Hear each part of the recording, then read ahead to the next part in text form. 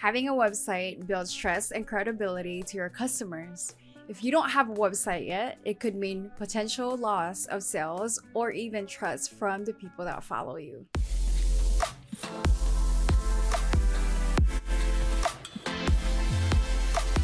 Hi, my name is Fran and I am a ShowIt web designer. In this channel, I will be sharing with you web design tips, design strategies, and showing you behind the scenes of my work. If you would love to learn more about web design tips and tricks, please make sure to like and subscribe to my channel so that you can get notifications of the latest videos. Okay, so you're interested in investing on a web designer or a website template, but you're not sure where to start.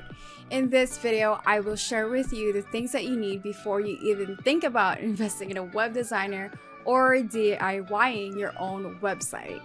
Creating a website just doesn't happen overnight. I mean, it could, but you would need these things before you even get started to make it happen.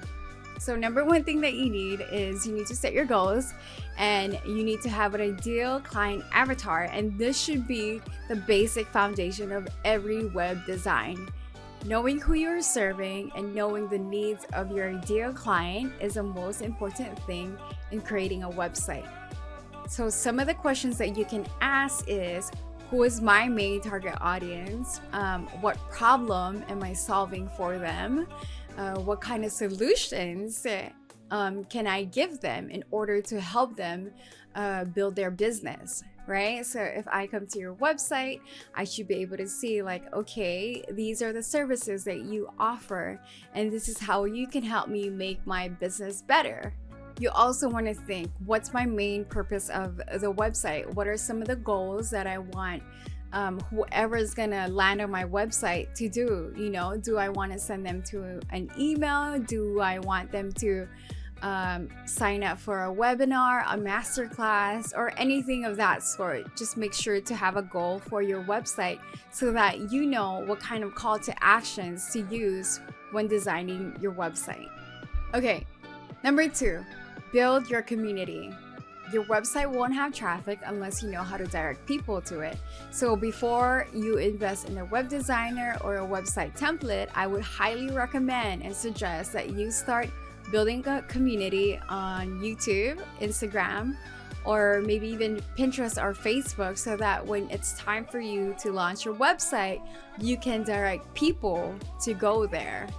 And I don't mean you need to have 1,000 or 100,000 followers or 1,000 people on your email list, but what you could do is just start with a few hundred people. Just make sure to build that community so that when you are ready to launch, then you have people going directly into your website. Number 3, build your visual brand. Just because you have a logo doesn't mean that you have your whole brand. People recognize consistency, so when it comes to having a brand design, you want to make sure that you have a primary logo, a submark, a color palette, and even just a brand guideline so that you know what types of fonts to use for your brand, you know what type of colors, or even how to use photos and anything like that. If you work with a brand designer, these are some of the basic things that you should be provided. If not, I would suggest going back and see what was agreed on the contract or what you paid for. You know, if you're working with somebody who is just giving you a plain logo, that's a major red flag, and I would reconsider looking into other designers and see the types of offers that they have. Not having these things could delay your project when working with a web designer, or even just delay your launch for your website. So you want to make sure that you have your whole brand guideline, your brand identity for your personal brand, so that it doesn't create any bumps or any delays in your project. Number 4, have brand photos. So more people can relate with a photo rather than a logo. Wouldn't you agree? Right? When you land on somebody's website, you want to make sure that people can see the person that they're connecting with, the person that they're about to trust with their life or with their business. So you want to make sure to invest in brand photos so that you can use this for your website. And The great thing about having brand photos is it's not just for your website. Later on down the road, you could use this for your social media content. You can use it for other things. You can use it for your lead magnets or whatever marketing thing you can do for your business. I think that you can repurpose your photos. So if you think about it that way, I think it's worth the investment. Instead, it's not just again for your website, it's for your whole brand, throughout all your social media content. So I definitely think it's worth the return of investment. So yeah, I would also highly suggest creating a photo shoot inspo board on Pinterest with your web designer or photographer, so that you could have ideas or inspirations on what kind of shots that you need in order to communicate your brand to your potential clients. Okay, number 5, have a website copy. This thing right here, I used to think that I could wing it, and I tried it. And I don't even know how I did it, but I would highly suggest that you work with a copywriter, because you can have the prettiest website, right? But have the worst copy. And your copy is the one that's going to speak to your potential client. It's what's going to sell your products. And vice versa, you could have the not so pretty website but have a really good copy. And I think you can still turn your clients or turn your consumers into clients when it's like that. So I would highly suggest, if you don't know what you're writing or how to speak to your ideal client, to invest in a copywriter. And a copywriting investment, it's not just for a few months. Like, this is what's going to be on your website for a few years. So make sure to think about that and see where you can put your expenses. I definitely think investing in a copy is on top of the list. Also, there are people out there who also know how to do this very well. So if you know how to do it, kudos to you. Maybe you can give me some tips and ideas, but copy is so important in your website. All right, number 6, choose your website platform. Depending on the goals of your website and the needs of your ideal client, it really matters which website host provider you choose. For example, if you are a product-based business, that means like you're selling physical things, I would highly suggest Squarespace.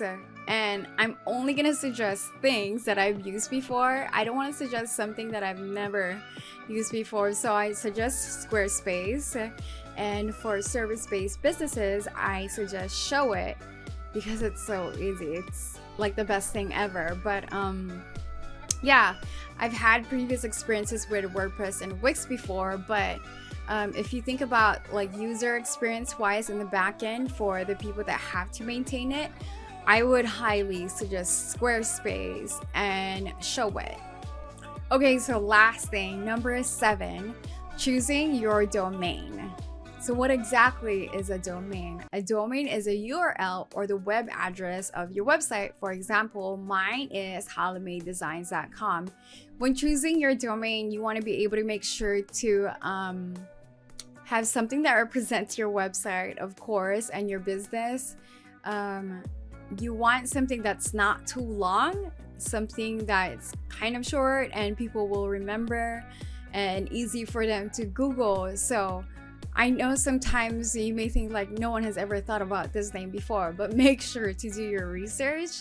And you want something that you won't have to change all the time because people will get confused. So stick to a name that you love, that represents your business, and that's gonna be easy to type out when they have to look for you on Google or on the browser. The places that I purchased domains from before is domain.com, Squarespace domains, and what was the last thing? Oh, Google domains. Another popular domain place where you could buy your own domain is GoDaddy. Of course, I'm sure you've heard of that before. Yeah, Those are some pretty good ones, and I would recommend.